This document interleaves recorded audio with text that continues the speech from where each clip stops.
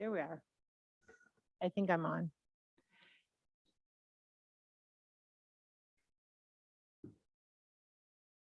Okay.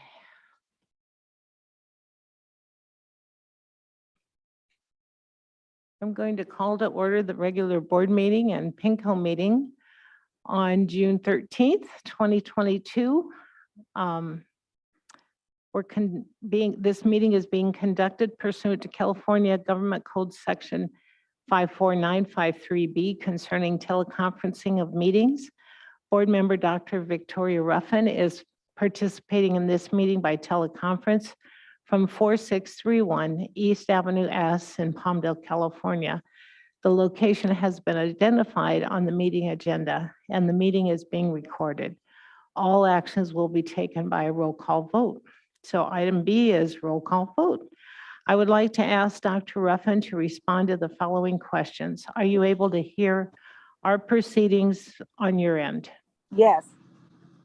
Do you have a copy of the agenda? Yes. Has the agenda been posted at your location? Yes. And is your location such that any member of the public could participate in the public portions of this teleconference meeting from your location? Yes. Okay, now it's members of the board. Want to make sure that you can hear Dr. Ruffin. Ms. Perrell, can you hear Dr. Ruffin? Yes. Ms. McGrady? Yes. Mr. Rush? Yes. And I can hear her as well. Item 2 is closed session, public business from the floor, closed session agenda items. Are No there any comments. comments? No comments this No morning for comments. closed session. Okay. Then we will, Madam President, yes. we do have one modification to the agenda. Mr. Neal? Oh, Yes. Excuse me. On the personnel aspect of the agenda, item 8N, we will be pulling that item okay. for this board. What exactly is that item? The item is the Antelope Valley Union High School District and Antelope Valley Teachers Association collective bargaining MOU regarding independent study. Okay, so if you're pulling it, then there's no discussion about it today? That's correct. Or can we discuss it right now? Because I just had a concern about, are you guys going back to renegotiate? Because it was several emails that came through regarding that. Yeah, this item will be discussed with AVTA hopefully before the next board meeting, and it'll be brought back in some form for reconsideration. Great, thank you. I was going to suggest that. Thank you very much. Okay, thank you, Mr. Neal. I'll make note of that one, especially when we get to that point. And at this point then, the board is going to convene to close session, and we'll reconvene to our regular meeting at 10 o'clock. Thank you, everybody.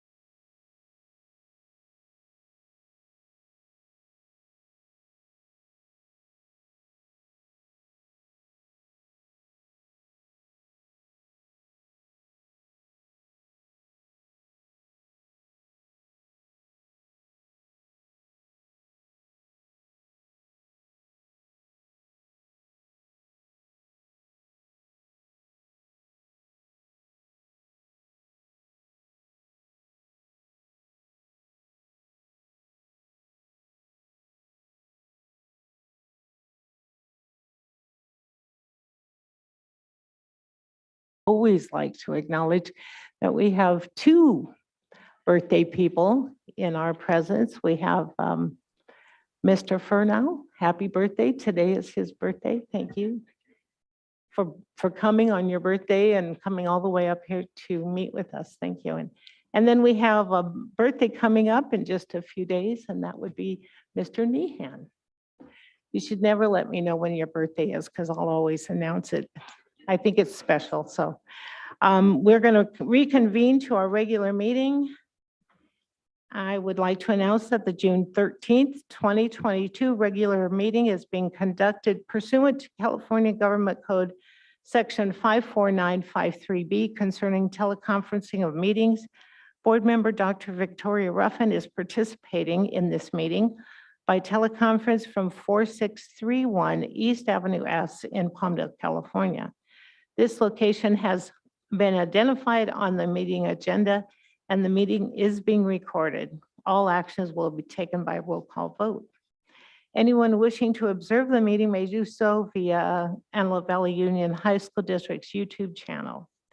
Individuals may take photographs or record meetings, provided the individual's conduct does not constitute a disruption, including obstructing the view of others. Those wishing to address items on the agenda and matters that are not on the agenda but within the jurisdiction of the high school district shall do so in person upon completing a speaker form. I will call the individual's name to come up to the podium. Actually, Rachel will call the individual's name to come up to the podium and to provide their comments. Individual speakers are limited to 3 minutes each. Total time of public input for each item shall be limited to 20 minutes. Non-agendized items are limited to a total time allotment of 20 minutes.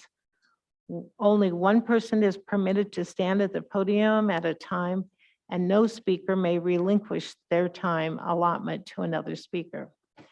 The district encourages members of the public to attend board meetings and to address the board concerning any item on the agenda or within the board's jurisdiction. The board does not prohibit public criticism of its policies, procedures, or programs, services, acts, or missions. Similarly, the board does not prohibit public criticism of district employees. Speakers are cautioned that no person is immune from liability for making intentionally false or defamatory claims simply because those comments are made at a public meeting. Attendees are also reminded that the board's civility policy, Board Policy 1313, this civility policy requires that members of the district staff will treat parents and other members of the public with respect and expect the same in return. The district is committed to maintaining disruption-free board meetings. The board will not permit any disturbance or willful interruption of its board meetings. Persistent disruption by an individual or a group are grounds to terminate the privilege of addressing the board. Persistent disruptions by an individual shall be grounds for the board president to terminate the individual's privilege to address the board. The district promotes mutual respect, civility, and orderly conduct among district board members, district employees, parents, and the public. The district seeks public cooperation with this endeavor. At this point, I'd like to ask Dr. Ruffin to respond to the following questions. Are you able to hear our proceedings on your end, Dr. Ruffin? Yes. Do you have thank you. Do you have a copy of the agenda for this meeting? Yes. And has the agenda been posted at your location? Yes. Is your location such that any member of the public could participate in the public portion of this teleconference meeting from your location? Yes. And now, members of the board, are you able to hear Dr. Ruffin? Ms. Perrell? Yes. Excuse me, Ms. McGrady? Yes. Mr. Rush? Yes. And I am able to hear her as well. So item B is the Pledge of Allegiance. Would you please stand and join me? Oh.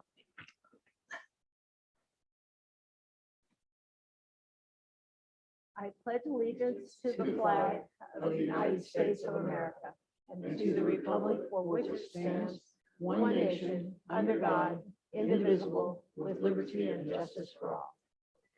Thank you.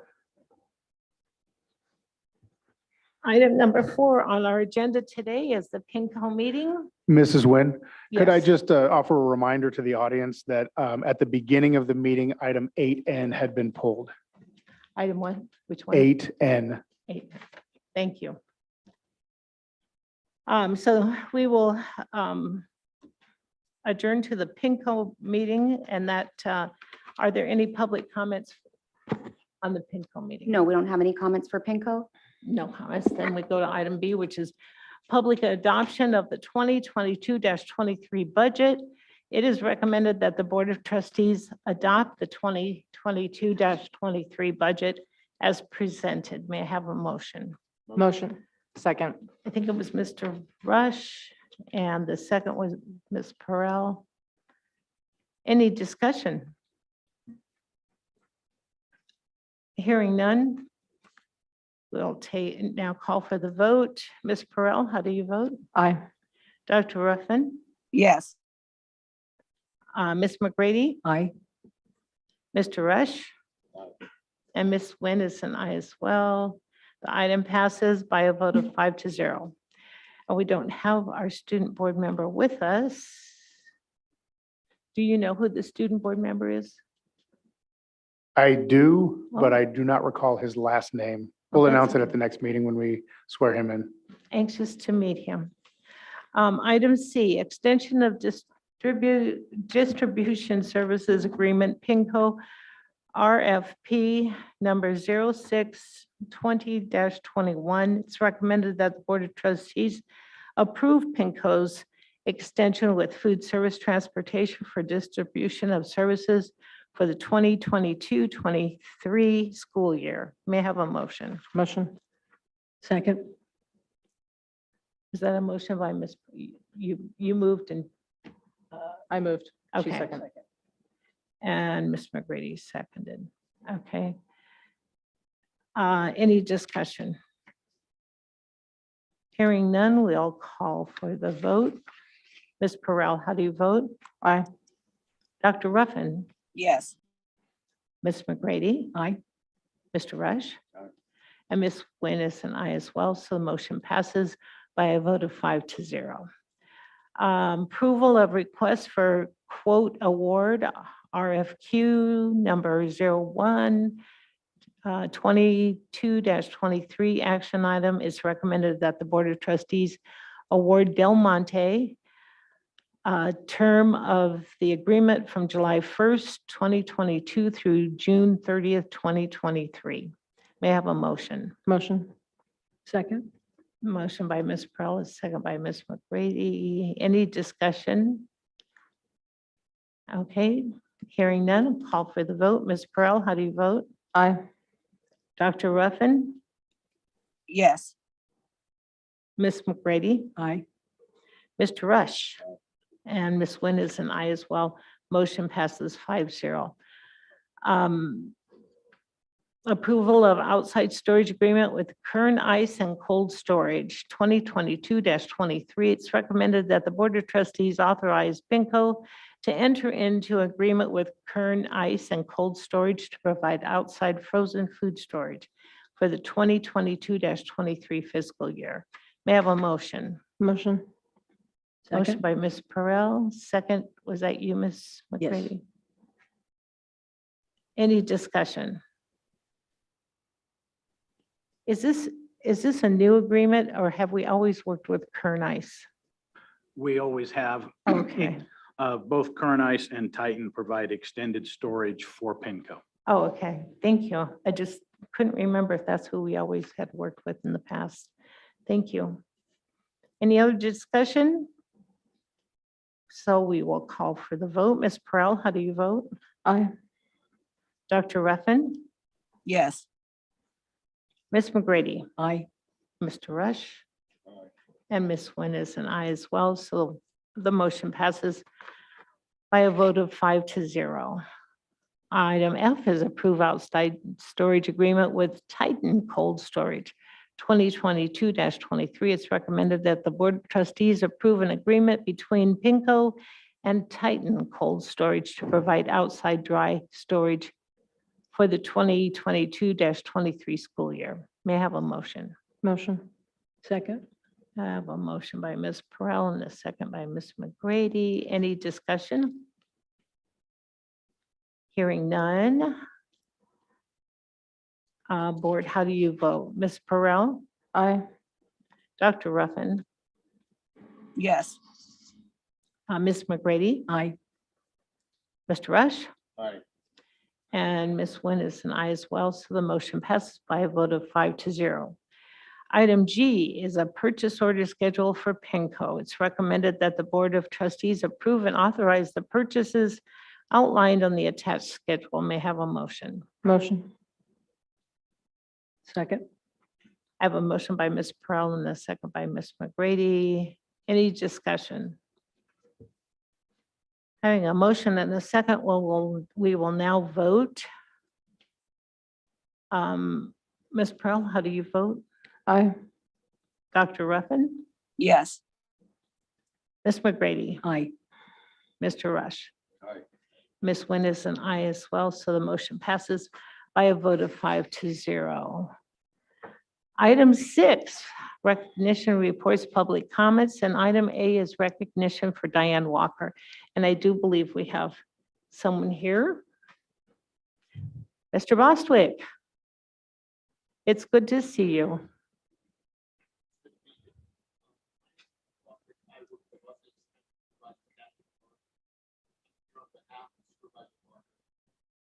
I'm here on behalf of Supervisor Parker, whose district includes the Antelope Valley, to present her thanks to Ms. Walker for her more than 23 years of service to Antelope Valley Union High School District and to the students and citizens of Antelope Valley.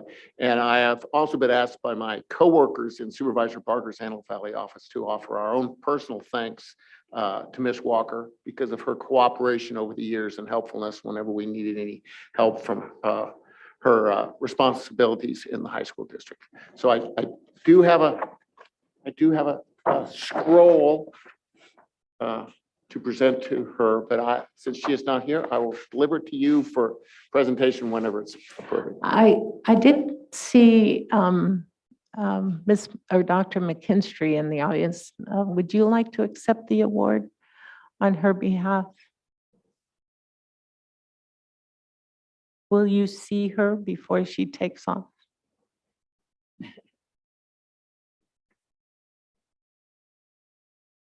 So on behalf of Supervisor Parker, if you could give that to Ms. Walker with all of our thanks. I definitely will. She well deserved, as we know. Thank you. Those are always beautiful proclamations. And I understand you have a, A calligrapher, yeah, that, somebody who actually does that by hand. Yes, for the special, extra special ones. It's one of the extra special ones. they're personally done. Thank you so much, Mr. Bostwick. Thank you. Well, thank you. We will miss Diane. That is for sure. Item B is educational services. Present local indicator data to the California School Dashboard for Antelope Valley Union High School District. And Dr. Laird, thank you. Good morning, board. Deja vu feeling. I think I was just here on the 8th. So this morning, just want to give a quick summary of the annual report out that we do for the local indicators each year. So I have a PowerPoint provided for you, and I think you guys have a hard copy in front of you as well. So I'll just go kind of through that real quickly. Just as a reminder, we have the California dashboard that we report data to every year, and today's presentation is going to focus on the 5 local indicators as outlined in the blue for you. So I'm just going to be going over each of those real quick. And then this is just a reminder of the timeline indicating how we collect data in the spring. We share that out with the school sites so that they can use that data to inform the development of their site plans. And then in the fall, we'll report out the data officially to the dashboard. All right, so again, there's 5 local indicators that we're going to summarize and report out on for you guys today. And just as a reminder, there's really 2 categories or 2 responses. It's either standard met or standard not met. And so the first of the 5 local indicators has to do with basics, the teachers, instructional materials, and facilities. And again, the standard was met. For the district, we had, for the course of the school year, we had 18 misassignments of teachers of EL students, 29 total teacher misassignments, and then 19 teacher vacancies. We had 0 students who did not have access to instructional materials, and then our facilities all met the good repair standard. And so just as a reminder for the misassignments, there is a required notification that goes out. And so in the case where there is a misassignment, we just have to notify parents and families. And so those notifications were sent out. Secondly is the implementation of academic standards. So this is the second local indicator. And again, the standard was met. And the way that we collected data on the next 4 indicators that I'm going to be reporting out on is a reflective tool. So we basically surveyed the staff to get their feedback and their input on where we actually fell in terms of meeting these standards. So looking at the implementation of academic standards, there's 5 general categories. And so the first one has to do with professional development. And again, that standard was met with full implementation. Next is instructional materials. And again, the standard was met with full implementation based on the feedback that we got from staff. The third general category for academic standards was policy and program support. And again, that standard was met with full implementation.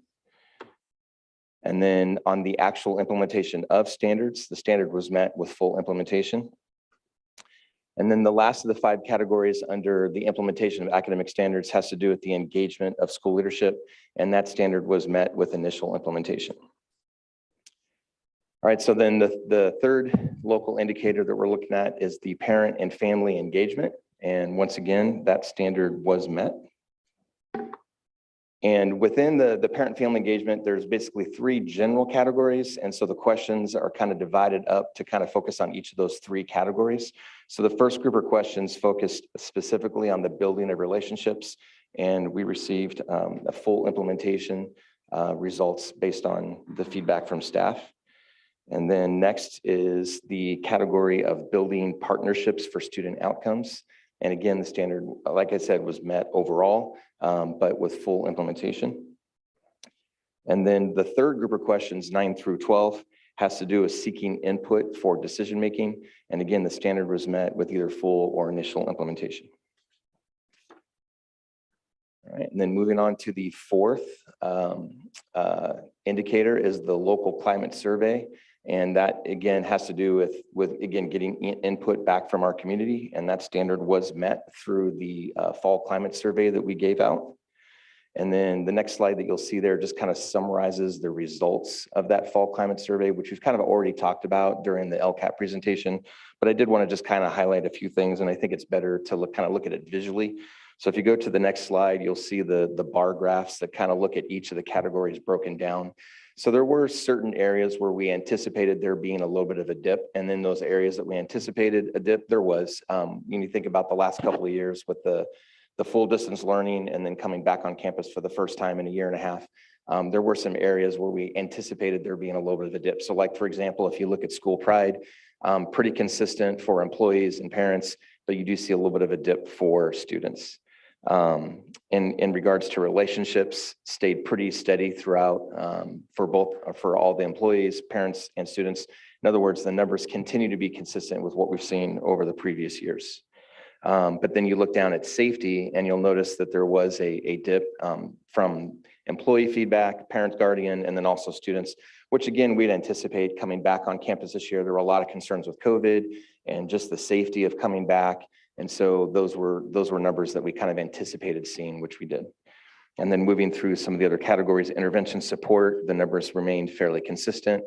And then moving on into facilities, again, from an employee and a parent standpoint, fairly consistent with what we've seen over the years, but there was a little bit of a dip from student feedback, again, probably based on the reaction to coming back on campus and feeling a little unsafe and being a little bit worried about that. In terms of opportunity and communication, very consistent results over the last several years. And then with participation, we anticipated there being a little bit of a dip over the last couple of years. And that's exactly what we saw reflected in the surveys. And then the last of the slides there has to do with expectations and connectedness. And again, the numbers have stayed fairly consistent over the last 4 years, although we did see a little bit of a dip in connectedness, which we would anticipate because people just didn't feel as connected over the last couple of years. All right, and then this slide just kind of summarizes what you just saw in the graphs, and it just kind of gives a general interpretation of what we saw in terms of looking at each of those individual categories and the areas that we need to address for next year. Obviously, we saw a decrease in school pride, participation, as well as school safety and school cleanliness. So those will be some areas that we'll definitely want to look at addressing in the upcoming year. And then the last local indicator has to do with access to a broad course of study. And once again, the standard was met. And the last couple of slides just kind of breaks down a little bit how we measure that. So number one there has to do with how we gather that data. We use different things like our A through G rate, course sequencing, special ed programs, EL programs to get feedback on that. And then also a summary of the differences across the school sites. Again, we can see slight differences, but the areas that we're going to need to look at next year is the EL reclassification and then also our special ed population. And once again, just kind of breaking down what are the things that we identified based on the feedback we got in terms of barriers and then revisions and decisions. From a barrier standpoint, we know that one of the student populations that we're going to need to look at is specifically the area of special ed, which, as you saw, was reflected in our LCAP for the upcoming year with having a goal that's specific to special ed. And then number 4, revisions, decisions, or new actions that will be implemented. Again, that was reflected in the LCAP, which we went over last week. So I won't go into all that detail again, but clearly there are some things that we're going to be doing in the upcoming year to address some of those areas that were identified as areas for growth. And that is it for the report out on the local indicators for the Antelope Valley Union High School District. Now I have a similar presentation for AAV, but I'm going to pause right now for any questions that you guys might have. Do we have any questions? Anybody have? Dr. Ruffin? No? All righty. We will. No, ma'am. Okay, thank you. We'll go on to item C. And that's you again. Yes, so it's the same presentation, but it's specific to AAV. So I won't go through all the slides, but I will point out a couple of the differences. The second slide there having to do with teachers, instructional materials, and facilities. For AAV, there were 0 misassignments of teachers of EL learners. There was 1 teacher misassignment and 1 teacher vacancy. Other than that, everything was the same in terms of facilities being in good repair and students having access to all of their instructional materials. And then the other thing that was maybe different, that their standard was met for all the 5 local indicators, but the survey data was specific to AAV. So if you want to kind of look ahead to the slides where we have the bar graphs, you will see that data in particular is specific to AAV. So you will see that the percentages are different because it's unique to them. And what you can see across the board is very high satisfaction amongst all 3 primary educational partner groups, employee, parent, guardian, and students. We're all very satisfied in pretty much every area across the board. With the exception of participation, which, as again, you can imagine, was affected this year by COVID. But everything else remained very consistent and very high across the board. And then those are the 2 real main differences. Everything else, like I said, was standards met with full implementation. And so at this point, I will kind of fast forward to the end and see if there's any questions specifically with the AAV local indicators. Anybody have any questions? I actually was curious. So participation was down in both of your reports. So when you say participation levels were lower, that means that there weren't availability or that the students just weren't taking advantage? A little bit of both. Last year, obviously, with distance learning, we didn't have, obviously, ASB activities on campus. We didn't have athletics. There's a lot of things that students just weren't able to participate in.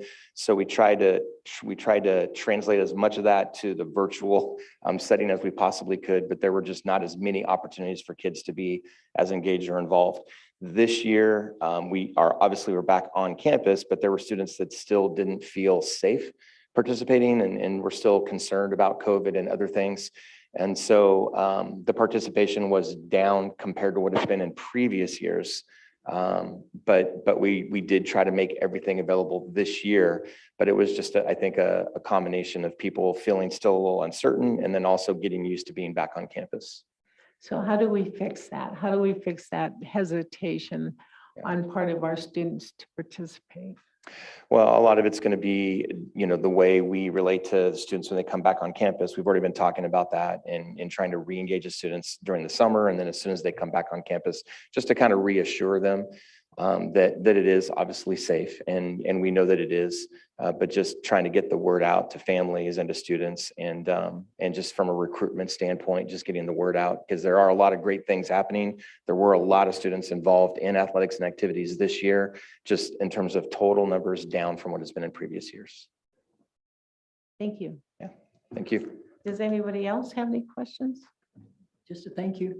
Thank you, guys. Thank you. Item D is board officer report, and I left my paper in the other room. We did have an Antelope Valley School Board Association meeting, and it was extremely interesting. We had a deputy and a person from social services from the county at that meeting. They had some ideas and I have been trying to get in touch with the deputy that was at that meeting to further talk to her about social emotional issues and addressing that type of a, coming to our schools and addressing that as well. And I'll be sure and make sure I give you that contact information as well. It was really very interesting. And they do apparently have groups of people here in the Antelope Valley. She said 6 different teams that come up here. And they just kind of thought it would be interesting to have a more in-depth conversation with her. She also said that our SROs are going to be doing training with them this summer. So I don't know, Mr. Neal, if you had heard that or not.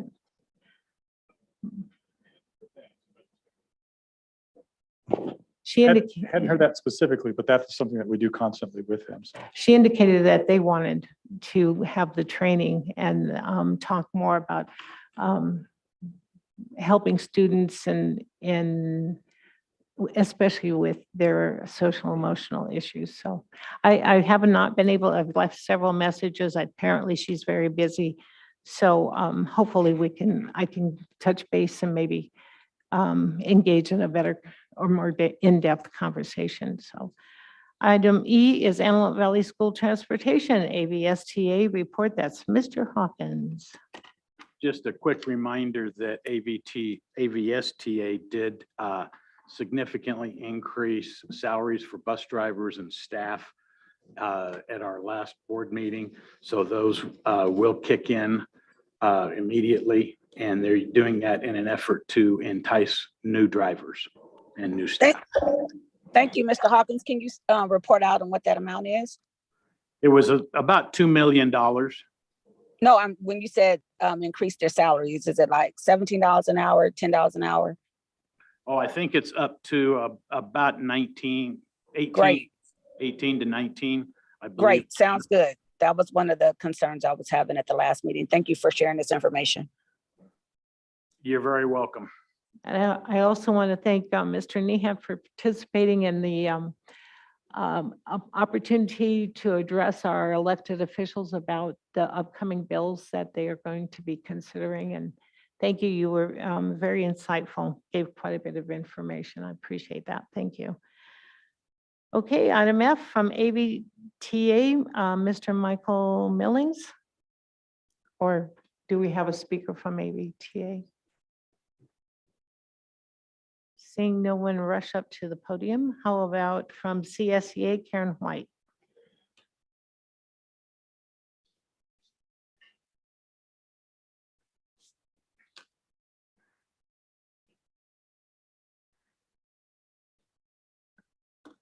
He wants me to speak up into this microphone. So, good morning, Board President, Ms. Nguyen, board members, board cabinet, Mr. Nian, Mr. Furno, Ms. Orozco. So it feels like we were just here a few moments ago. And please let me piggyback on Ms. Nguyen's happy birthday wishes to you, Mr. Furno, for your birthday today and your upcoming birthday, Mr. Nian. We wish for you both to have a happy birthday and many, many more. So I hope you've enjoyed our cooler Sunday, and I've enjoyed the cooler nights. And today should be more enjoyable than the 104-degree temperatures that we were enduring last week, and that's for sure. You know, June is halfway over, and our summer school will begin in 2 weeks. Yes, our special needs students, they begin on June the 27th with their summer school schedules, and our gen ed students will be coming back on July the 5th, which is scary. That means July is just around the corner. Our summer school and summer is passing for sure at sonic speeds, and we'll be welcoming our students before we're ready. I want to thank both Mr. Hawkins for his budget presentation last week and also for Dr. Laird for his LCAP presentation. It's good to see that we're moving in a positive direction with Mr. Hawkins at the helm as he projects for our budget needs now and for the future years. So thank you, Brian. And it's also reassuring from Dr. Laird's information that we are working to overcome our COVID years, putting measures in place to improve our LCAP and to provide our students with the programs and the means for them to advance each year to achieve their dreams for and after graduation.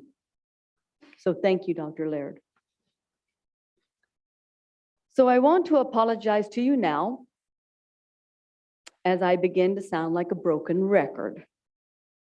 But I must return to the subject of Juneteenth Day. Our members are continuing to question why the district hasn't put this holiday on our list and are as confused as I am as to why the district would prefer to spend an amount of money in a lawsuit to contest simple and precise language in our contract. Money which could be used in a more beneficial way and in areas than the court system. I've been in contact with our field office, and CSEA filed their class action lawsuit about 2 months ago. However, they have not provided the names of the districts that are or will be included in it. As I've discussed with our field office and expressed to your district representatives, there are 3 entities that can declare a holiday for our members, according to this contract: the President of the United States, the Governor of the state, and the governing board. That's you. Yet it appears that the district is standing on the opinion that this language is in the need of approval from either the governor or the California legislature. However, I don't believe that either of these offices had to approve Independence Day, Memorial Day, Veterans Day, Labor Day, or any of the others that we currently have. Our contract language does not say there is a contingency that California has to recognize these holidays in order for our members to take them. Now, I hear that since it's been proclaimed by the President of the United States and Congress that this is an ongoing federal holiday, that it's only for federal employees. But seriously, our banks, department stores, and a multitude of other establishments aren't federal employees, and they take these days off. If the district doesn't want to save their money and continue with this lawsuit, okay. But you say, while it's going on, you don't want to affect our employees. So if you aren't going to affect our employees, I hope you will send out a notification that answers their questions. Are we going to be off on Monday, June the 20th for Juneteenth Day like others? By sending something out prior to Friday, June the 17th, so they know your decision. We want to express our hopes that the district will continue to follow the practice they exhibited last year by adhering to our collective bargaining agreement and providing the Antelope Valley Union High School District employees the capability to enjoy and celebrate this new holiday, Juneteenth. We hope that all of the families that have been displaced and our firefighters remain safe as they battle these new fires. We hope that our cooler temperatures and the winds don't get too strong and will be able to provide them the ability to control and get some containment today. These fires are so devastating, not only to our friends, our families, and their properties, but also to our wildlife. It is also their homes and their source of food for the year. Our prayers go out to their safety and for them to be able to return to their homes without damages. So CSEA and I want to wish each of our fathers a happy Father's Day. These wishes go out to our new fathers, our experienced fathers, grandfathers, and even great-grandfathers, if you fall into that range. We hope you are treated like a king and that you can relax and enjoy that peaceful day and do something you want to do. And with that, I wish you a good morning and thank you for your attention. Thank you, Karen. We have come to item H, which is public comments from the floor on agendized items. Ms. Roscoe, do we have any? Yes, we have 3 speakers on agendized items. I'll let you go ahead and. We don't have any? Or We have do? 3 speakers. We have 3. Okay, I'll let you go ahead and call them out. Pardon me? Oh, I'm sorry. I do have a piece to read. Sorry, this is required reading. So the public is invited to address the board on any agenda item. Individual speakers are limited to 3 minutes each, and the total time of public input on each item shall be limited to 20 minutes. Only one person is permitted to stand at the podium at a time, and no speaker may relinquish their time allotment to another speaker. During public comments, the board listens to concerns and issues. The board may ask questions for purposes of clarification. The law prohibits the board from entering into a dialogue with the public or taking action on items not on the agenda. Our first speaker, Lindsay Appel, 7G.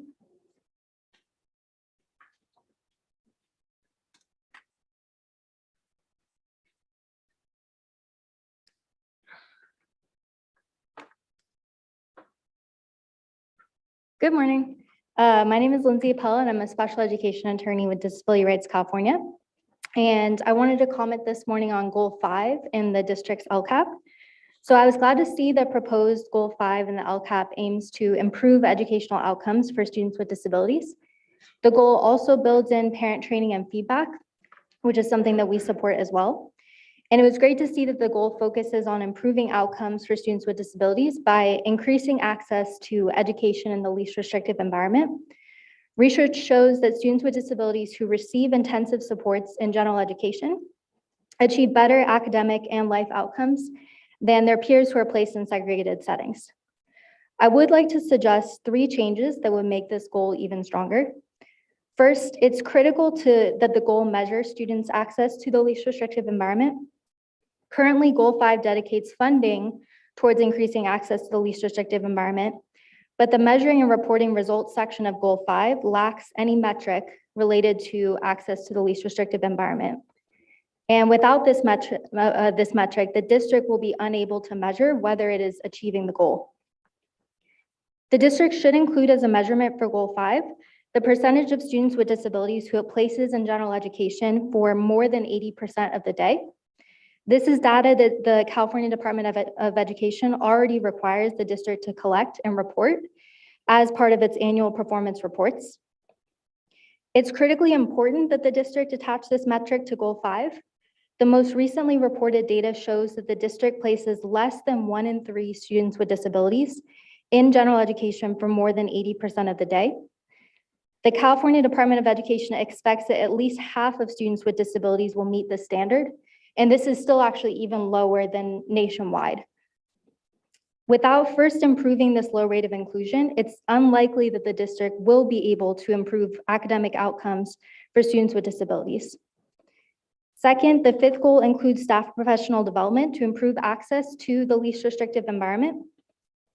I recommend that this professional development specifically discuss racial disparities in access to the least restrictive environment and how to eliminate them. I also recommend that the district include additional metrics for the goal that specifically focus on Black students with disabilities. Currently, Black students comprise 17% of students district-wide, but over 43% of students enrolled in the district's behavioral special day class. 30 seconds. Finally, Goal 5 should also include enhanced access to behavioral assessments and staff with expertise in behavior. Nearly half of the students segregated into the behavioral special day class have no behavioral intervention plan. This is a critical intervention that could allow students to thrive in a less restrictive setting. Thank you. Thank you. Vivian, 7G.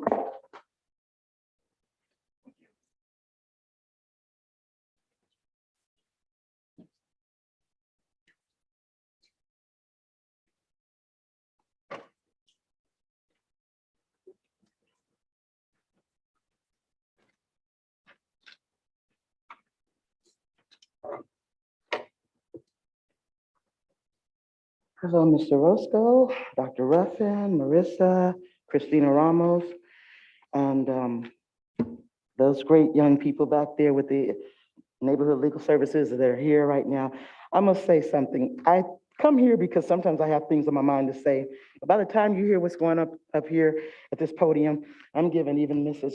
Karen White her props on what's going on, even for fighting for Juneteenth. You should be ashamed of yourselves that you haven't done that with like this young lady that just left, saying how the disparities of Blacks and the kids that are not able to get what they need to get from disabilities and all that, but you're sitting here as if everything is okay in this district, and I'm so pissed off because the only person I see that has really stood up to you all, besides anyone, is Dr. Ruffin. But you know, I want to give credit to Mr. Brian Hawkins. At least when he comes up here to this podium, he's able to say some things and speak kindly or tell Dr. Ruffin the facts that are the way they are. He at least does that. I'm giving you your props on there. But what I'm tripping off of today too, by all these happy birthday situations, Berno is actually here getting paid. Berno was getting paid when Dr. Vieira was on the board, and at one time, the board didn't even have you guys' contract for them. You're sitting here and acting like it's so good to just act like everything is peachy dory, and it's sickening. It's sickening because you know what? I have had kids that have had disabilities in this district, from the juvenile hall systems to the rest, and you all aren't doing a damn thing to do what you need to do for these kids. So let's not pretend and act like you're really here for the kids, because you're not. If you really are, I just looked over this little agenda, and I don't know what kind of time I got. Normally they're sitting here so I can see, but I know that you're getting good money to say 30 seconds, Mr. Fernal. But there's 12 personnel positions sitting up in here where you guys are talking about getting preliminary things like you did for Hunt. Hunt shouldn't be a teacher, Stockdale shouldn't be a teacher, and Mr. Vieira, it was under his watch. When they came to my home to serve me a so-called, send me to court for a lie. You guys have stood by that lie, but thank you, God. Matter of fact, you better give praises to God because the only one that's going to bring you down is God in here about the things that you all do. How do you sleep at night?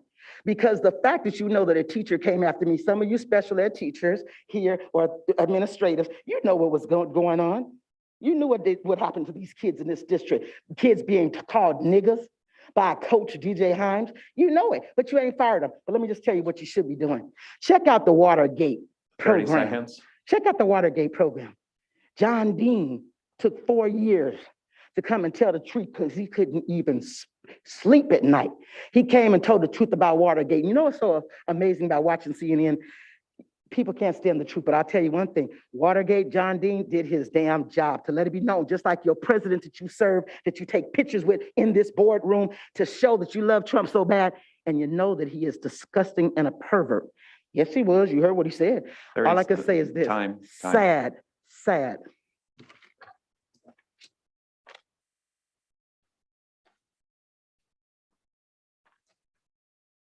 Item I, which is public comments from the floor on non-agendized item. Ms. Roscoe, are there any? We did have one more speaker on agendized items. Oh, I'm sorry. I'm sorry. Dr. McKinstry?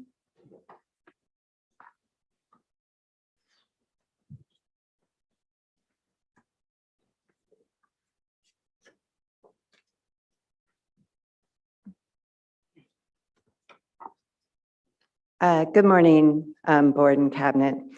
I'd like to speak to the approval of the CTE courses, Livestock Management, Child, Family and Community, and Fashion and Interior Design, which are on the board agenda to approve today.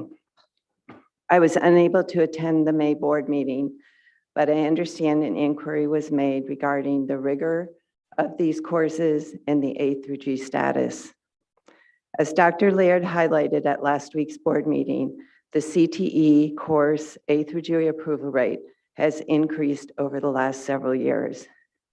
This is a result of all of us working to ensure all of our students in CTE courses have rigorous programs of study that prepare all of our students for both college and career.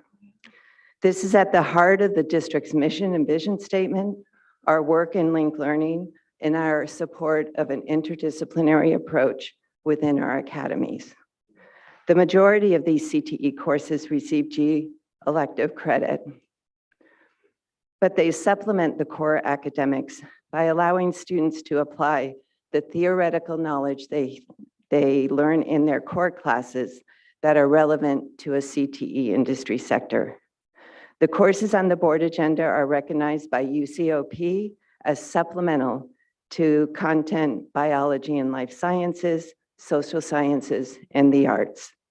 The reality is not every student will graduate and go straight to a post-secondary institution. We have all taken different pathways on our education and career journey. But our goal in CTE is to open doors for all students that allows them to have opportunities and choice for those careers paths, which will ultimately pursue the education they need to obtain high-skilled knowledge careers that lead to a quality of life for themselves and their families. Thank you. That That concludes our agendized items. Thank you. All right, public comments from the floor on non-agendized items. Are there any speakers? Yes, we have 2 speakers. 2 speakers. Okay, then let me read this real quick. The public is invited to address the board on any matter not on the agenda that is within the jurisdiction of the board. Individual speakers are limited to 3 minutes each, and the total time for public input shall be limited to 20 minutes. Only one person is permitted to stand at the podium at a time. No speaker may relinquish a time allotment to another speaker. During public comments, the board listens to concerns and issues. The board may ask questions for purposes of clarification. However, the law prohibits the board from entering into a dialogue with the public or taking action on items not on the agenda. Ms. Roscoe? Diana Padilla?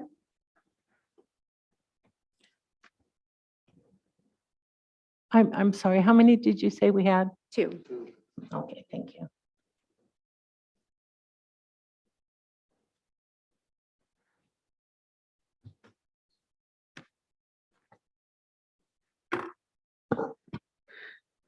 Hello, good morning. Good morning. I'm here again, a parent, just a parent.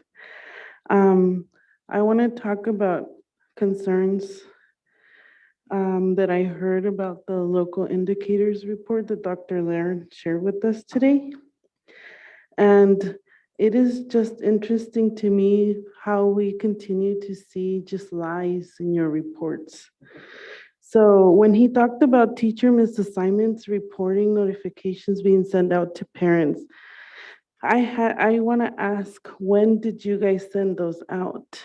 Because I had to file a UCP complaint regarding teacher misassignment in my son's special ed classroom, which the response came back in October stating that you guys were given leeway to continue to have teacher misassignment due to Bill 167, which gave you access to continue to have teachers that are not supposed to be in our classrooms. For example, mine was supposed to be, she had a 30-day permit, but now because of Bill 167, she was able to be there for 60 days. So I never got that notification. So it was generated after my UCP complaint, which I don't understand. When did you guys send out those notifications? So in regards to respectful partnership with families, I also want to know, who are you serving? How many people or how many parents in this case are responding? Because you say over 90% of parents agree with that. I've been coming here to tell you that that's a lie. I was escorted out and asked to leave my son's school with the use of the sheriff's department for speaking up, for trying to ask questions, valid questions. So I want to know, how many parents did you actually survey? How many were they, 100, 200? Because I don't think that that's a valid 99%. Seconds. The issue here again is just accountability. You just heard today from disability rights attorney reminding you how you guys are not held accountable and how you continue to lie. These reports are just lying. You're lying to the people, you're lying to the parents, and that's not acceptable.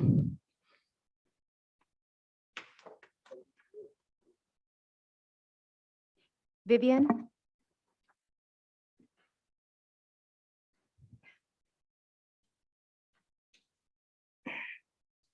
Excuse me, Mr. Furno, is there any way I could see my minutes before you say 30 seconds like you guys used to? I like to be seen with my numbers on it. It seemed like we had it last time, sir.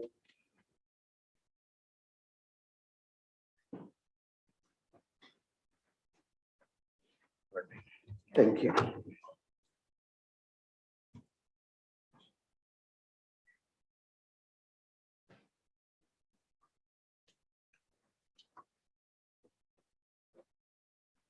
You started it right now? Or starting it over? Thank you. Thank you for that. Again, just listen to Ms. Diane Padilla. I hate to say it. I asked you to probably not do the UCP because it wasn't worth it, not especially in the account of what happened to all the kids at Highland under Chris Grado's watch and under the fact that Vieira's watch was no one really doing anything for the kids when they went out and did their investigation and lied, never came to the students that were really offended by it with special needs, learning disabilities. So it's really sad that you guys can hold your heads up and sit here and act like you're doing your job about serving the community. But like I said, why people aren't coming here is because there's so many lawsuits going on right now between yourselves that you know it. No one, I came up here to talk about the accountability. No one had a problem when Mrs. Perel's big old billboard was sitting up there talking about how dirty she was. But now that she's part of your team, everybody acts like they're so happy. They're so happy up here. And this is a jungle. You guys, this is a circus sitting up here. Grady was the president. Now all of a sudden Wyndham came back and everything. But when I say this again, I'm going to ask Mr. Fernando, but I'm just going to confirm it so I can be on the record again. Is it a problem that a person comes somewhere in the public and take a picture of people and is shown People take pictures wherever you go. She takes pictures. She's an AV press person. She takes pictures. She took my stock deals, which you guys is famous recall shirts with the targets on it for your teacher. So this civility little act that you put in here, this civility act of saying, we have to make sure that we're talking right. You guys didn't have a problem when a young man walked up in here with his so-called Confederate flag on his mouth. Would you have been offended if there was a swastika coming up in here? The Russian stuff, would you have been offended? You don't mind that Black people have to see all this stuff, or any kids of colors. And also, let me just see what else comes off the top of my head. Remember the young man that was here, I think it was Eli. Why is it that Eli was able to walk up out of here with all kind of grants and scholarships and everything, but my Spanish young man here, who stood on his own to stand up for the charter schools to have up here, didn't walk out of here, but with a plastic doggone monument to say thank you. Where's all the grants? You want to know why? Stockdale's part of all that. You all are part of it just the same way Grady made sure she told Dr. Ruffin in many meetings when we first came. Hunt is going to be a teacher. He's going to be a teacher, but he's not qualified, Miss Grady. And you know it, and everybody else knows it. The courts found out about he wasn't, and you could smile, but the point was he wasn't. But you know why you're smiling, honey? It don't bother me. God watches and sees everything you do. So it don't 30 faze seconds. me at all that you're sitting here thinking that your board here is something to be proud of. You should be ashamed of how you sleep at night. And all the little things that you say you go out here and do for the community and give your little suggestions and the things that you say that you guys have been a part of is a joke. You made sure she had to fold down because you threatened her to come to her house. She should have had what she needed to make sure that she took care of her family. But now that she's now on board Parel, you guys are so happy. And I know that Mr. Rush, I heard he was an officer. Time. You should know. My time says 3 seconds here. Do the right thing. Thank you.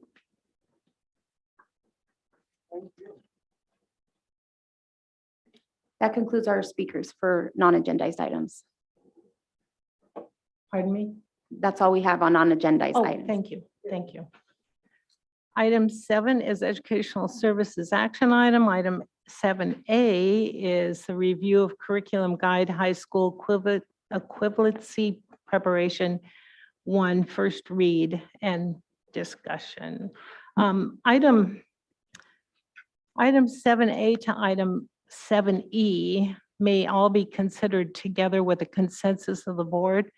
Do I have any objection to considering all of these at one point? Mr. Rush? Ms. McGrady? No. Miss Nguyen, I don't see that this is I don't see that this is an Pardon me? item for, I don't see Oh, that I'm these sorry. items are votes. Items 7A through item 7E can all be considered together. They're discussion only. They're not for, we're not going to be Right. voting on them. So we can take them all at once or we can take them individually. It's up to you.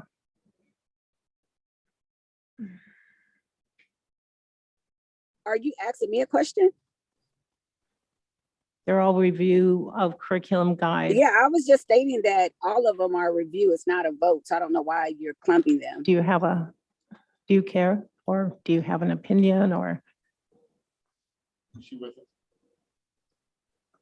I already said I don't understand why we're clumping them just because it's just discussions. Well, I guess the majority of the board is given consensus to consider all of them at once. So it would be 7A, 7B, which is review of curriculum guide, high school equivalency preparation number 2. Item C is review of curriculum guide, piano number 1. Item D, educational services review of curriculum guide number 2, piano 2. Educational services review of curriculum guide, yearbook design and publication. And do we have any discussion, questions? I'd just like to comment that I would like to thank you for continuing to find programs that our students are going to enjoy. And I personally was very happy to see about the piano instruction, and I checked, and at least at one location, we do have, I think, 35 pianos or whatever that kids can learn to play the piano with headsets. I'm very excited about that. Thank you. Any other discussion? Hearing none. We'll go to item F, which is Educational Services Annual Review of Board Policy Administrative Regulation 6020, parent involvement. Do we have any discussion? Yes, I have some discussion on this one. It was Hearing interesting none, to, we'll go to item G, which I is Educational said, Services I Adoption of said, 2022-23 Local Miss Ms. Control. Wynn, Nguyen, I'm Miss sorry to Wynn, can you interrupt. hear me? We I- have lost Dr. Ruffin and we need to get her back on before we can Oh, continue okay. the meeting. So I just Okay. asked for a brief recess. Doesn't need to be an off the dais recess. Sounds I'm not lost. I'm on here. Hello? We hear you. We thought that you had dropped off of the call. No, I didn't drop off the call. What happened was the host muted me. That's what happened. And I asked to be unmuted. So I don't understand that. I've never dropped off this call. We're glad you're still with us. Thank you. And I had discussion about number F. Oh, sure. We're still there. What's your comment? So in item F, it's looking at ELAC, SSC, SAC, and DAC, which are all supposed to be opportunities for parents to be involved. And I think what is very apparent in our community, of which I've experienced these past 4 years, is the lack of inclusion of when these meetings take place, how parents are informed of their right to be included in these spaces. I remember over 5 or 6 years ago, even when my family members were trying to be invited into these spaces for inclusion, they're happening in the middle of the day. So I'm just trying to hear from Mr. Nehan or his cabinet, whoever he chooses, is how is this information made available to parents and communicated to them? I know as we go forward in the consent items, we're going to see where we have opportunities for a radio show to announce information at 8 o'clock when most parents are at work. But it just seems like it's such an inconvenience and not really considering, when parents are available or offering these involvements or inclusiveness at times where it best benefits the families to be involved. So I would like some clarity on how parents are invited into each one of these spaces. So we use a number of methods to reach and include parents. That includes email, push notifications via text. We have 2 back-to-school nights in which parents are invited on campus, as well as social media channels. The school site council elections all take place at the first back-to-school night. So it's representing students of parents of students who are currently enrolled in that school. We use a variety of methods to try to reach and engage our parents.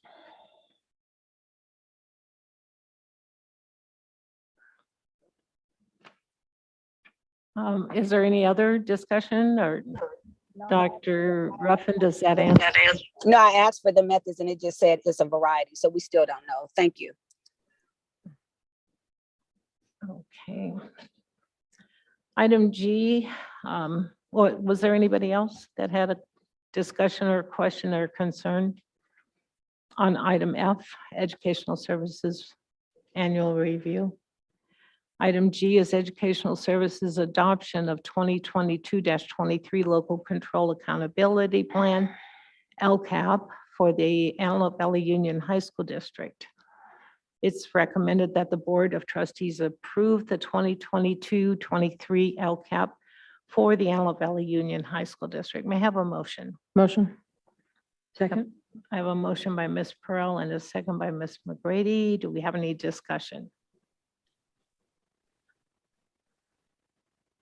Okay, hearing none. We'll call for the vote. Ms. Pearl, how do you vote? Aye. Dr. Ruffin? No.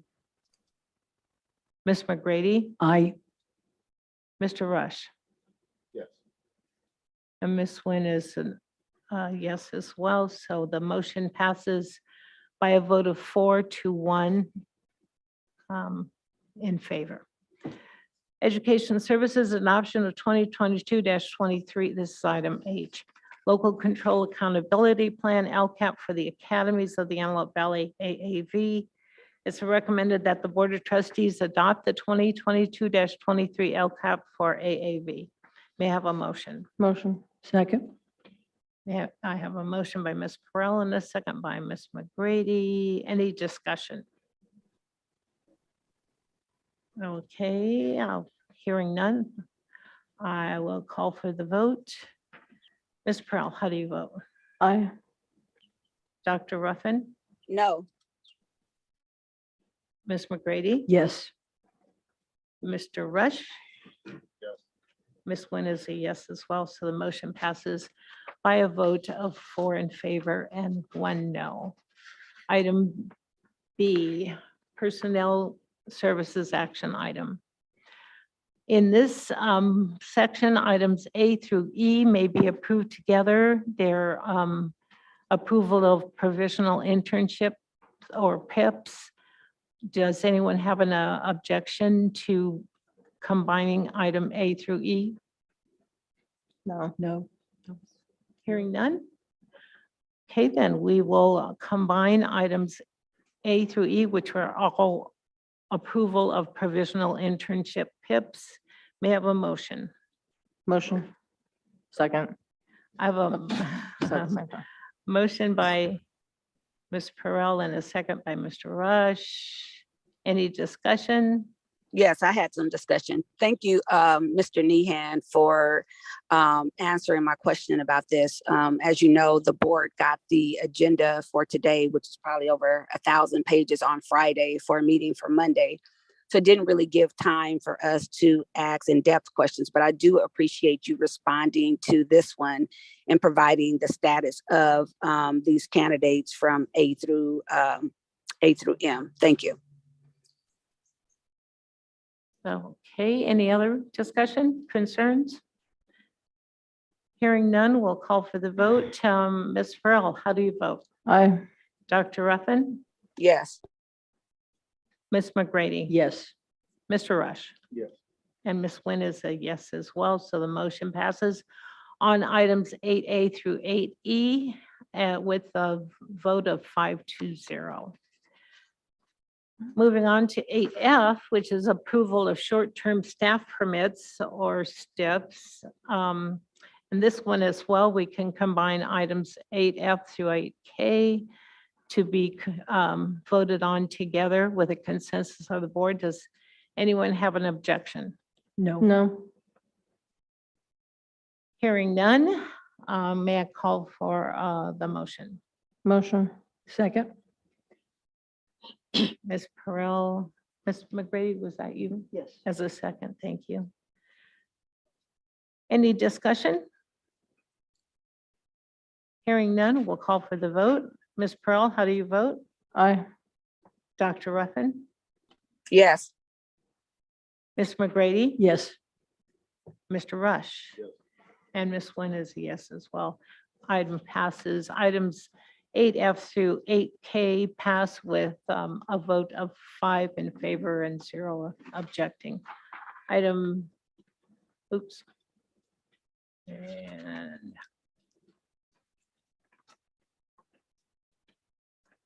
we go to item L, which is approval of a variable term waiver.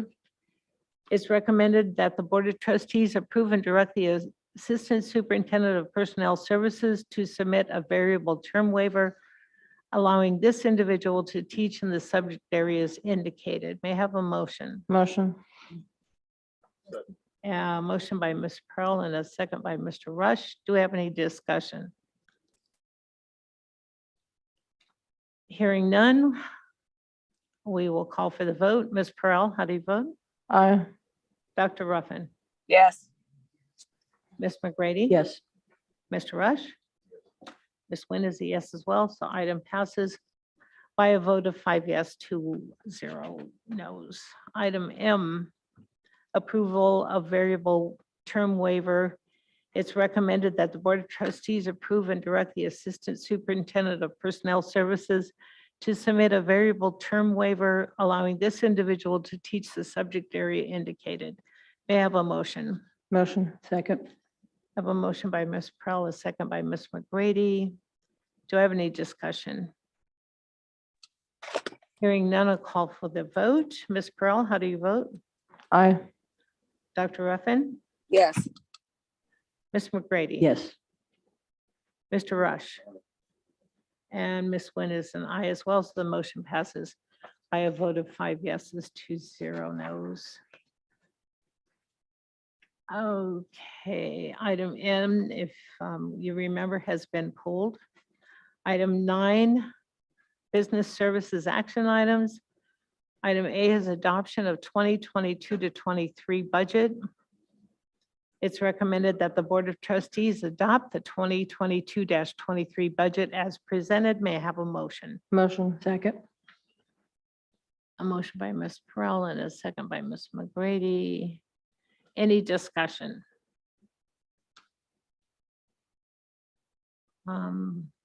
My only comment is thank you, Mr. Hawkins. Taking a look at that and skimming through it, just amazing amount of work that you've done to put that together. Thank you. I want to thank the tremendous staff we have that get down to the fine details in the budget, but thank you very much. You do and on have a their behalf. tremendous staff. Thank you. Thank you very much. Any other comments? All right, we'll call for the vote. Ms. Pearl, how do you vote? Aye. Dr. Ruffin, No. Ms. McGrady, Yes. Mr. Rush? Ms. Nguyen is a yes as well, so the motion passes by a vote of 4 yeses to 1 no. And we'll move on to item B, which is the adopt a resolution number 2021-22-36, temporary loan transfer between district funds fiscal year 2022-23. It is recommended that the Board of Trustees adopt resolution number 2021-22-36, authorizing temporary loan transfers between district funds for fiscal year 2022-23. May I have a motion? Motion. Second. Excuse me. A motion by Ms. Pearl and a second by Ms. McGrady. Any discussion? No questions, concerns? Hearing none, we'll call for the vote. Ms. Pearl? Aye. Dr. Ruffin? No. Ms. McGrady? Yes. Mr. Rush? Yes. Ms. Nguyen is a yes as well, and so the motion passes by a vote of 4 yeses to 1 no. The item C is adopt resolution number 2021-22-23, resolution of the Board of Trustees of the Antelope Valley Union High School District regarding committed fund balance. It is recommended that the Board of Trustees adopt the resolution number 2021-22-37 to commit funds for the prescribed purposes. May I have a motion? Motion. Second. Hearing a first and a second, do we have any discussion?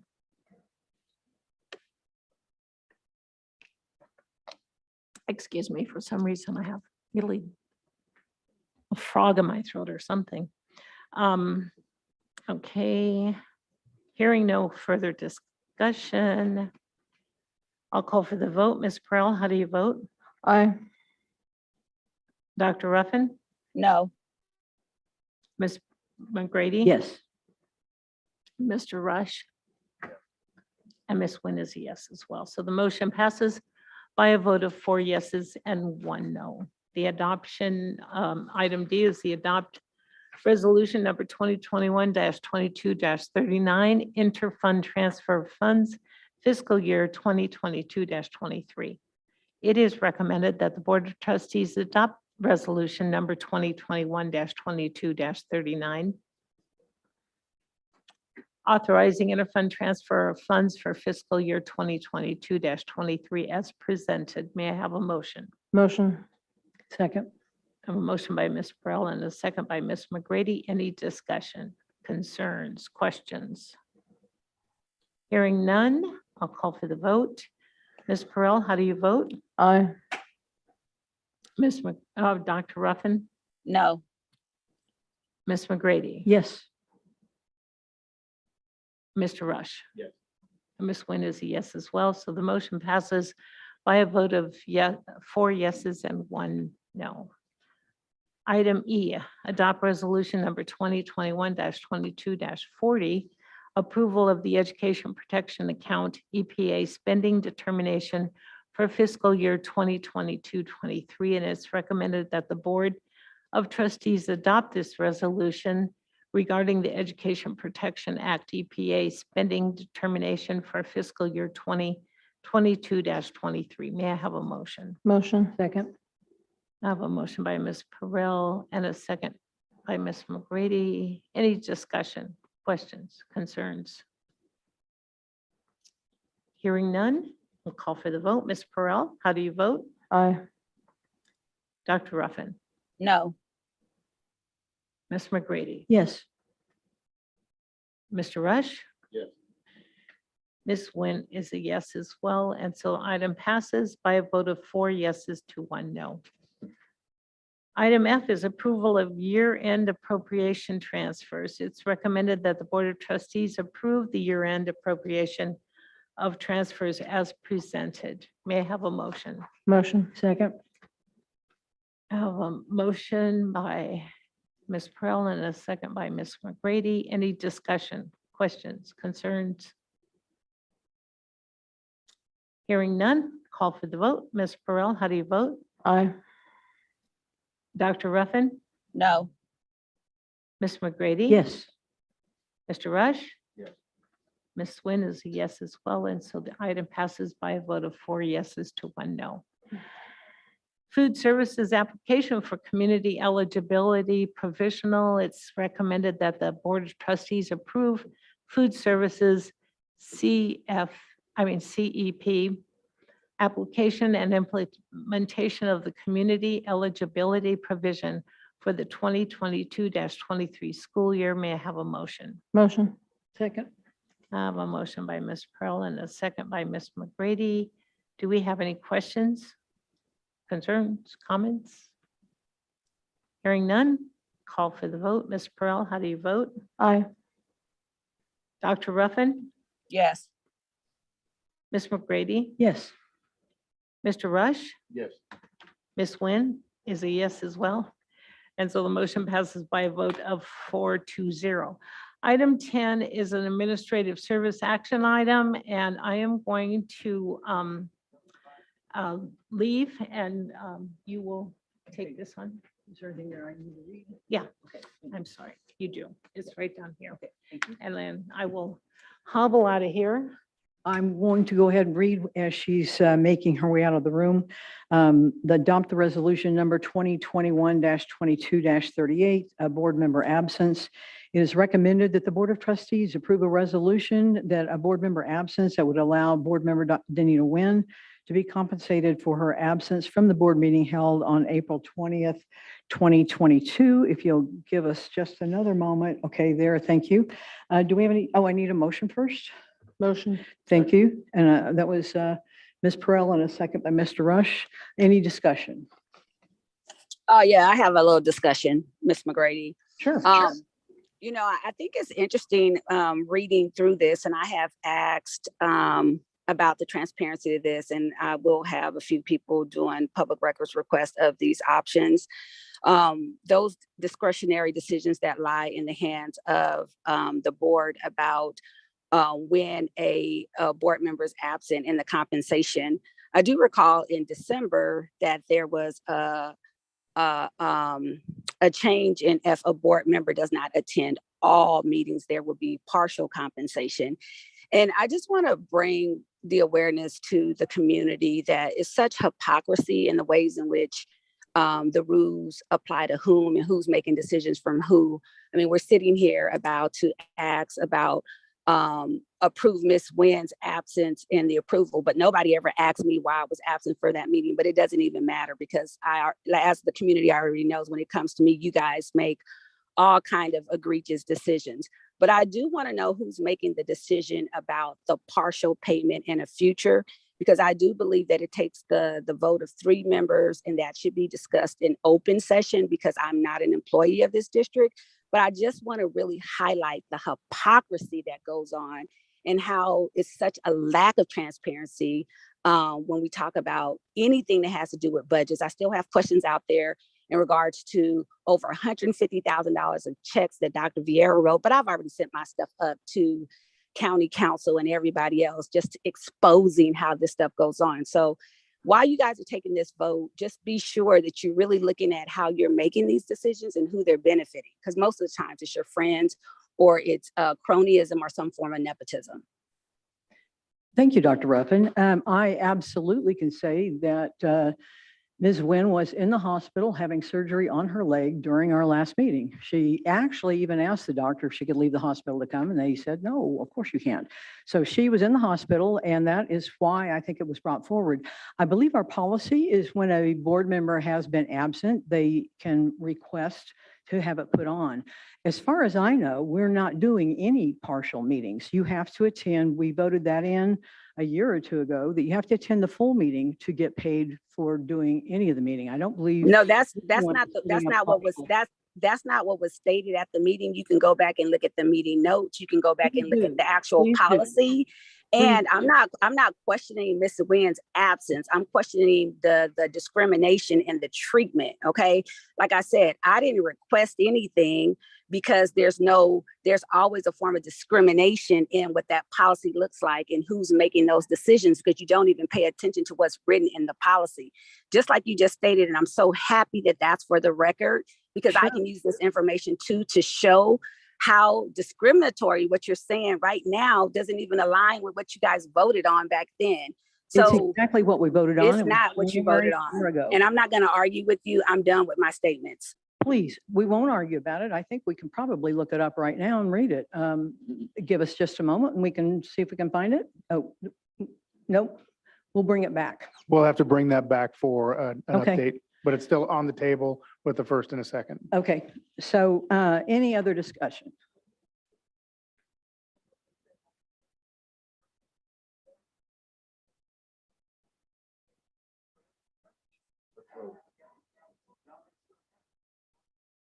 I'll call for the vote. Ms. Perrell, how do you vote? Aye. Okay, Dr. Ruffin? No. Okay, that's a no. Ms. McGrady is a yes. Mr. Rush? Yes. Yes, and Ms. Nguyen is abstaining. So that passes with a 3-1 vote with 1 abstention. So if you give us just a moment, we'll allow her to come back into the room and take back over the helm of the meeting.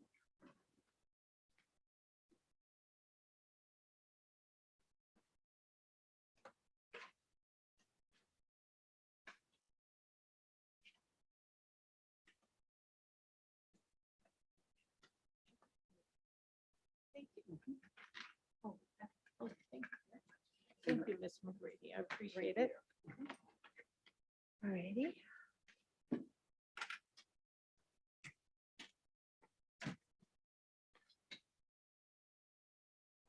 Okay.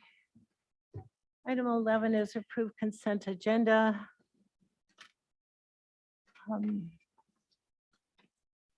Approve items listed in the following consent agenda categories: educational services, student services, personnel services, business services, and administrative services. Let's put this on the table for discussion. So may I have a motion? Second.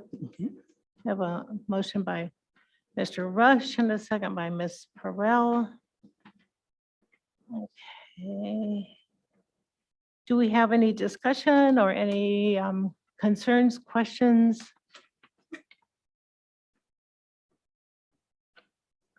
In the consent agenda? I do have 15A if I just want to make a comment.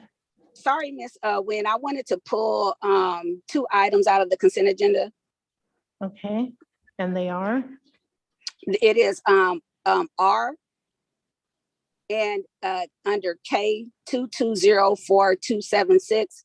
R is for discussion and vote, and K 2204276 is just for vote. Dr. Ruffin, do you have numbers associated with those letters? I did. So item R is just in and of itself. Item K, the number is 2204276. And I'm sorry, did you say these are only for discussion or for discussion? Both and of them, vote? I said, R is for discussion and vote. For K is just a vote for me. Okay. All right, I'm gonna, we'll take the discussion items first. 15A is just my comment on donations. I just would like to make a comment concerning the generosity of people in our community to help our students and with their most generous donation. And I thank them. I know the district thanks them as well. And that's just my comment. Now, Dr. Ruffin, which one would you like to comment on first? I believe the others were for votes, so let's vote on, should So we vote on the is- rest of it and then come back? She had one that Vote- was. Oh, I Vote, thought- and it's a vote and comment, Miss Wynn, They're both for for votes. item R. I'm sorry. Okay, so let's go ahead and vote then on the rest of them, and then now I need a motion, don't I? I need a motion to pull those two. No, we vote on, because we already pulled the, oh, I'm sorry. We already have a motion and a second, so you can vote on everything that has not been pulled. And then we do a separate vote. Okay, all right, let's do that first, then we'll go ahead and vote on everything except the two items that Dr. Ruffin has requested. Can I have a motion? Don't have any more discussion. Calling for the vote. Ms. Pearl, how do you vote? Aye. Dr. Ruffin? Yes. Ms. McGrady? Yes. Mr. Rush? Aye. Ms. Nguyen is an aye as well, so we have a motion passes by a vote of 5-0. Now, you are on, Dr. Ruffin. So for R, it is looking at the approval of the agreement for Cafe Con Leche. My discussion in regards to this, and I've been quite consistent with my information. One of the things that I asked Mr. Nehan for was a report out on the number of EL students that we have in our district. He answered my other question about the program that we use in this district. And just for public knowledge, EDGE is not a universal program that's used across all districts. It's what this district has adopted. That being said, we're looking at, I think it was like 300 something students. And when you look at the timeline for this Cafe Con Leche, like really, what is she talking about? And mind you, this is the same person that used this platform to allow Ms. Nguyen and Ms. McGrady to do their propaganda when they were being reelected. I don't understand based off of the schedule, and I'm not asking for any clarification because I already know you guys are just doing whatever you want to, and it's a shame for the community. But under her schedule of when she's communicating with parents, it's like scheduled from 8 to 9 o'clock. I mean, who are you really addressing these? These parents are at work. Really? And we couldn't find any other mechanism to communicate with these parents with some real fidelity and some metrics as to seeing how this program is measurable or not. I mean, we just keep approving things without even seeing if it was beneficial the year before. How many parents actually benefit? Where is the cert? There's nothing. Just because it's a friend of yours, just because it's somebody who's doing you a favor or paying it forward. This is why we're approving half of this stuff. It doesn't make any sense. So of course, I'm in total disagreement with this. You can't even look at any other methods of communicating with this small number of parents to really make sure that they're here in this space, being able to give opinions about their kids or what's happening with their students who are EL. And this is a high school district. So it's not like we're a K-12 span district where you usually get a lot of newcomers to the district that are younger. We don't even have those direct numbers of how many newcomers do we get. And they're spread out. I mean, like I said, I just got the information, the data for my questions. We got the agenda on Friday, and I got the response to my answers today, like 5 minutes today before the meeting. It does not give us, as board members, an opportunity to really dig in and to ask these questions. Because guess what? Most of y'all are already in agreement to what you're gonna deliver in these board meetings anyway. So it's lockstep. I don't understand why we keep doing this, but I do understand that it is at the whim of the people who have the power on this board to make these decisions. And I just pray for these people in this community. I pray for these students. And I hope parents choose to make a different option for their kids because of this kind of stuff that's going on here. So first, I'd like to answer to that. I've actually appeared on her program twice, and one was during the when we were running for re-election, and I believe she had invited every candidate to come on and answer questions. That was number one. I don't believe I gave any propaganda. I just gave information about what I believed and what I thought was important. The second time I was on her show was all about our seniors and what they were doing, where they were headed for universities, what they had achieved with us, and how proud we were of them.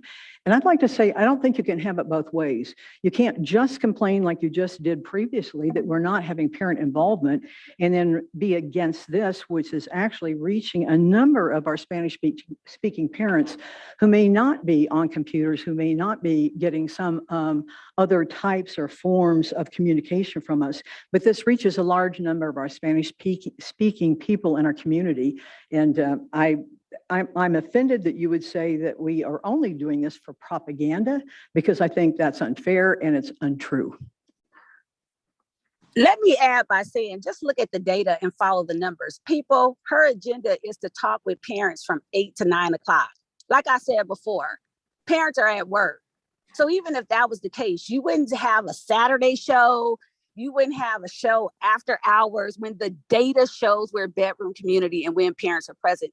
It doesn't matter to me whether or not you think it's propaganda. It's about what the perception and what is, Ms. McGrady. And I wasn't asking you the question to give me a response back. I'm talking to the district who proposed this. The district brought this up to the board for us to approve on. So I'm not asking you a specific question. The facts are the facts. Thank you. Actually, we all have an opportunity to discuss this item that's been pulled. So are there any other comments about educational services? Approve annual agreement with Cafe Con Leche EDS 2022-23-023. Okay, so hearing none, I'll call for the vote. Ms. Perrell, how do you vote? Aye. Dr. Ruffin? No. Ms. McGrady? Yes. Mr. Rush? Yes. Ms. Nguyen is a yes as well, and so the motion passes by a vote of 4 yeses to 1 no. The other item that you wanted to talk about, Dr. Ruffin? I just asked for a vote. I didn't have any discussion on that one. Oh, you didn't have any question, any comment. And that one Not sure was, which one that is. It's Yeah, K, which but one on- was it under what again? number? That was 15K. 15K. There's Okay. nothing behind it. I knew K. 406, I can't remember. If I might, excuse me, if I might, it's a purchase order for the AV Press where we were calling for a bid advertisement for food services. okay, So do you need a motion? yeah, Second? a motion and a second. Any other discussion? I think we're required by law to, we're not, okay, I thought we were. I thought we had to, okay. Never mind. Okay, hearing no further discussion, I'd like to call for the vote. Ms. Burrell, how do you vote? Aye. Dr. Ruffin? No. Ms. McGrady? Yes. Mr. Rush? Yes. Ms. Nguyen is yes as well, and so this item passes by a vote of 4 yeses to 1 no. Okay. Did you have the notes from closed session? Thank you. Item 16 is, thank you. Oh, I'm sorry. We're going to go to 17, which is comments from the board. Mr. Rush. No, I appreciate the fact that we have daytime meetings during the summertime. It affords some of the people that can't attend meetings, some of the parents that can't attend because they work second shift or regular shift. So I think that these are a good idea to have the meetings at a different time during the summer when we can do that. So thank you very much. Ms. Perrell. Just want to thank everyone for the district and everyone for the great year that's been going on, and everyone have a great summer. And again, happy Father's Day, happy birthday, Jay, and also Greg. That was me actually that did that. You're welcome. Dr. Ruffin. Yes. There's always information between our board meetings where the community is bringing information to, I believe, all of our board members. And there's also so much information that we get while we're here in the actual board meetings. Like, for example, I had no idea, and I don't know where the district stands as a board member of the Antelope Valley Union High School District as to whether or not we are a part of a lawsuit to not accept the Juneteenth. And that just goes to show you how in depth the lack of communication is in this district. If even board members, I had people from the community calling me about things, and they inform me of stuff even before I'm notified about it from the district. And I just think that it's very alarming, but I am very happy that people are paying more attention to the ways in which we make decisions in this district. I'm glad that people are stepping up and really paying attention to all of these issues. We had an issue today that was taken off the agenda about an MOU. And I recall when I, had some concerns about a different union issue that came up, just because it didn't make sense to me, being somebody who's traditionally a part of a union my entire life. And I brought that up, and people were offended that I asked questions. But what is coming out is a lot of decisions are being made unilaterally, and it's not a collective. Like even today, when that item was taken off, if there was members in our community who came to speak about 8N, they still had a right to speak about 8N, even though it wasn't on the agenda. They just had to speak on it under non-agendized items, but they weren't even directed or informed that they had that right to do that.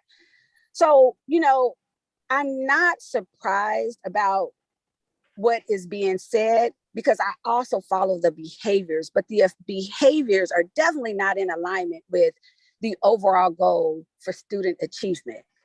It is not an issue whether or not our A through G is improving, if it's improving with integrity and some fidelity, okay? When you're not giving us the metrics to tell us the numbers of how many of these students are getting diplomas, and it's based off, AB 104, or how many of these kids are getting diplomas and they're graduating in 5 or 6 years, or how many people who are getting diplomas and they're not really on track to go the next level. No, not all of these students have to go to college, but they should all be given the option, if they choose to have that be a part of their pathway for having a better future. But who's deciding that? I looked at the LCAP. This is one of the reasons why I was against this LCAP, because we just want to show we met the mark. But did we meet the mark really? Are we really helping these kids? Are we just playing a numbers game? And I have to question, like, every time, who's doing these surveys? Who's being included? Because when I hear from the community, people are saying they're asking to be included in the space and they're not. So I have some severe issues with our budget. I have some severe issues with the ways in which decisions are being made. And I have more issues with how our kids are leaving this space as a whole. And they're saying how they were included or not included in that space. That's what matters to me. So I am hopeful that the community will continue to hold every board member accountable, hold this district accountable for what's in the best interest of his or her child, because these kids are deserving, period, point blank. And those are my comments for today. Okay, Ms. McGrady? Sure, thank you. First, I would like to say Happy Father's Day to all of our dads and have a wonderful summer. Dr. Ruffin, I just have to mention, if you want more information about what we're doing as a board, attend closed session. You'd be surprised at how much information that you would receive on what's happening in our district and what's going on and some of these decisions that you're asking about. So I urge you, come to closed session. That's all. Here's Miss Wynn, and here's where the level of disrespect is once again toward me. You acting like I'm not coming to closed session because I don't want to. I'm not coming to closed session because of the behaviors that Mr. Rush demonstrated at the last board meeting to a constituent who came out to voice his opinions about what was going on, the harassment, the interrogation, the questioning. Even when we say, here's the level of hypocrisy, the board member is not supposed to get in back and forth with a person during that time. And he did it. That level of intimidation. And can you imagine? I already know what I experienced in closed session when nobody is looking. So that's why I don't go. Don't come try to patronize me about why I'm not in that space. I'm in that space to protect myself and my mental health, ma'am. And the information that is being shared with me is not confidential information. It's information that everybody should know. So I shouldn't have to be in closed session to get that information. Parents shouldn't have to be in closed information to get any information. It should be given to them. You absolutely know we did an investigation into your allegations. You absolutely know the result of that they did. Yeah, and you did it. Of course, you're not going to say you harmed me. Of course, you're not going to say you harmed me, right? Public record. You did it, Ms. McGrady. Just like you're not going to say you harmed these teachers. But you can't say there was no harm given to that man that was at the podium last week. So what does your research say about that? Oh, I expected your investigation to come back the way it did. Everybody does. Just like these uniform complaints, they come back unfounded because you guys are the ones causing the harm.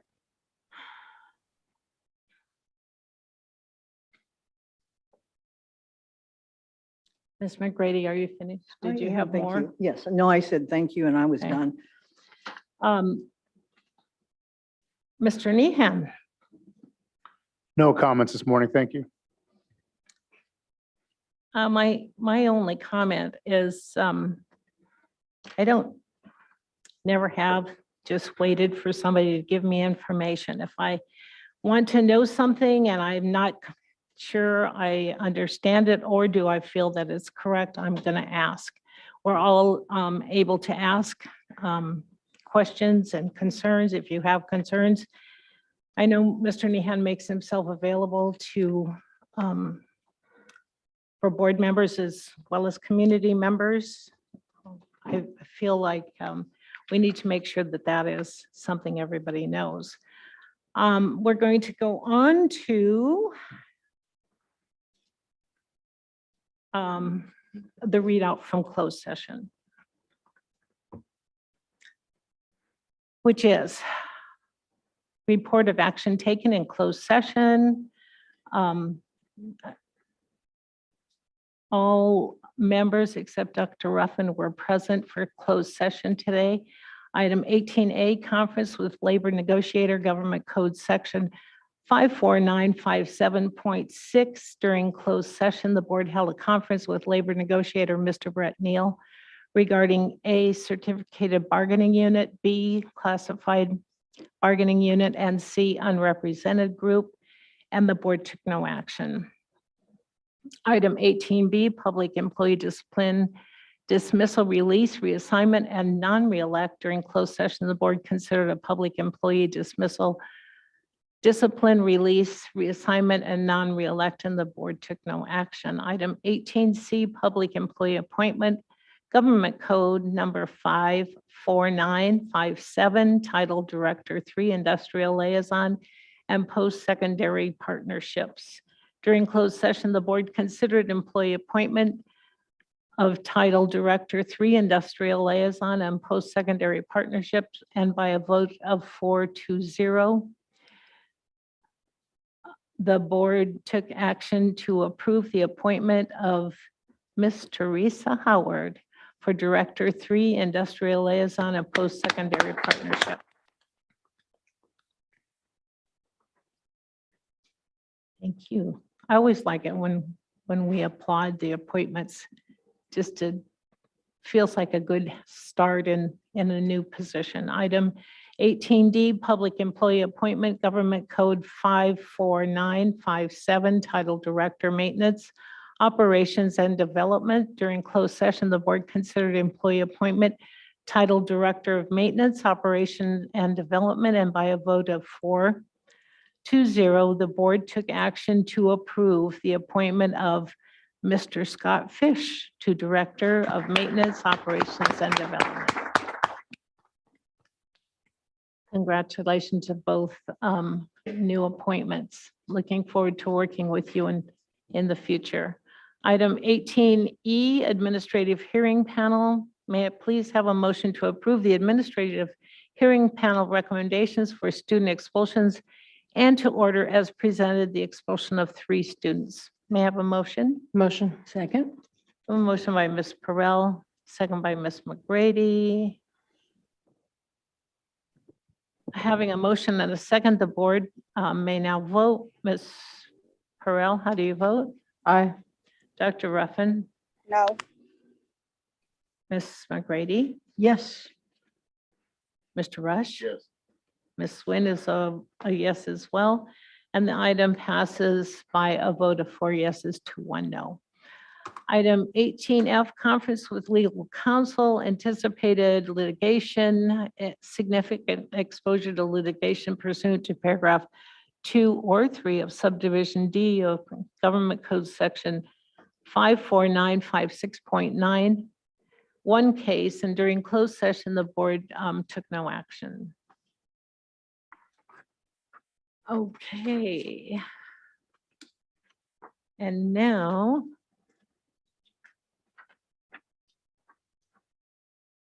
we reconvene to our regular meeting to vote on whether we're going to close this meeting tonight. I mean, this morning.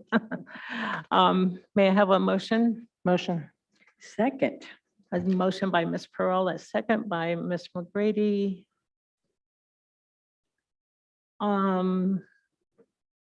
Ms. Pearl, how do you vote? Aye. Dr. Ruffin?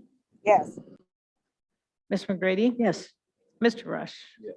Ms. Nguyen is a yes as well, and so by a vote of 5-0, we are out of here. Everybody have a nice rest of June and July, and we'll see you as the next school year.